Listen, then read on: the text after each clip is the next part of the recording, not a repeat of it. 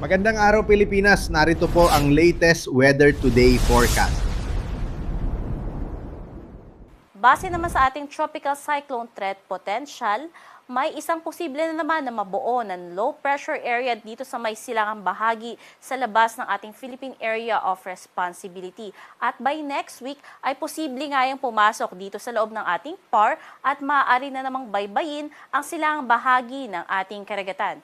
Bagaman sa ngayon nga ay mataas pa rin yung uncertainty nito, kaya patuloy pa rin tayong mantabay sa pag-asa hinggil nga sa mga latest updates ng babantayan nating development ng low pressure area o posibleng mga bagyo.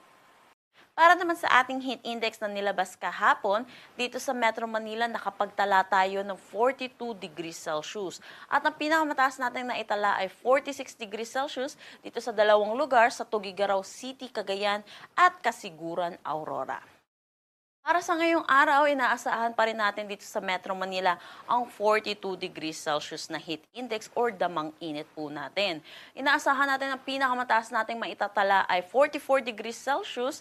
Dito ito sa may Tuguegarao City, Cagayan, ilang lalawigan dito sa atin sa may Central Luzon, Sangli Point, Cavite at ilang lugar dito sa may Eastern Samar.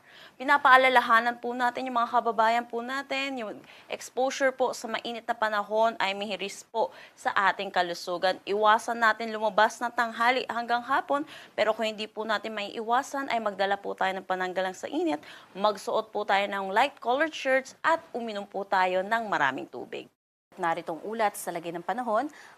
Base nga sa ating latest satellite animation ay nakikita nga natin dito yung pag-ikot ng ating low pressure area o dating si Bagyong Kaloy. At huli nga yung namataan sa layong 995 kilometers silangan ng southeastern Luzon. Sa kasalukuyan nga inaasahan natin na hindi na ito magde-develop pa at patuloy nga yung paglayo nito sa kalupaan ng ating bansa at wala ring magiging direktang epekto sa ilanmang bahagi ng ating bansa.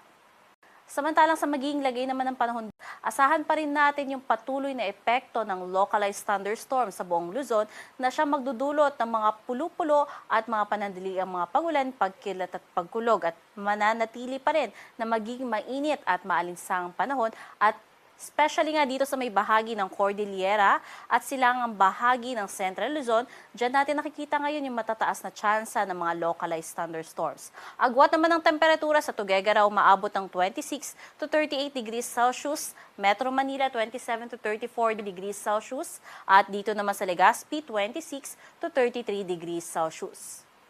Sa magiging lagay naman ng panahon sa may Palawan, Visayas at Mindanao, asahan pa rin natin yung mga tsansa lamang ng mga pulo-pulo na mga pagulan, pagkilat at pagkulog o yung mga localized thunderstorms. Kaya naman, patuloy pa rin yung magiging mainit at maalinsangan ng panahon sa buong bansa. At dito nga sa may bahagi ng Tacloban, agwat ang temperatura aabot ng 27 to 35 degrees Celsius. At dito naman sa Cebu, 27 to 34 degrees Celsius. Sa may bahagi naman ng Davao, 26 to 35 degrees Celsius at Zamboanga, 24 to 34 degrees Celsius. Especially nga dito sa may Mindanao, nakikitaan natin dyan ng matataas na tsansa ng mga localized thunderstorm, particularly na nga sa may kanlurang bahagi nito sa may parte ng Soc-Sargen at Barm.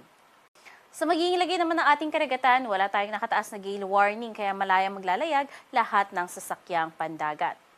At base naman sa magiging lagay ng panahon sa susunod na 3 araw, asahan nga natin na sa malaking bahagi ng Luzon, iiral pa rin nga yung localized thunderstorm. Kaya asahan natin yung pagiging mainit pa rin at malinsangan ng panahon sa susunod 3 araw. Ngunit nakikitaan nga natin ang posibleng pagbaba ng isang frontal system sa may extreme northern Luzon na siyang makakaapekto particularly na nga sa may Batanes, Babuyan Islands at posible pang bumaba hanggang Cagayan. Kaya naman magdudulot yan ng kaulapan simula Sabado hanggang Lunes sa mga parte o extreme parts ng northern Luzon. Sa magiging lagay naman ng panahon dito sa may Visayas, sa susunod na 3 araw, iiral pa rin nga yung localized thunderstorm. Maging dito sa Mindanao at nakikitaan nga natin ang mas matataas na tsansa ng mga thunderstorm sa malaking bahagi ng Mindanao sa susunod na 3 araw.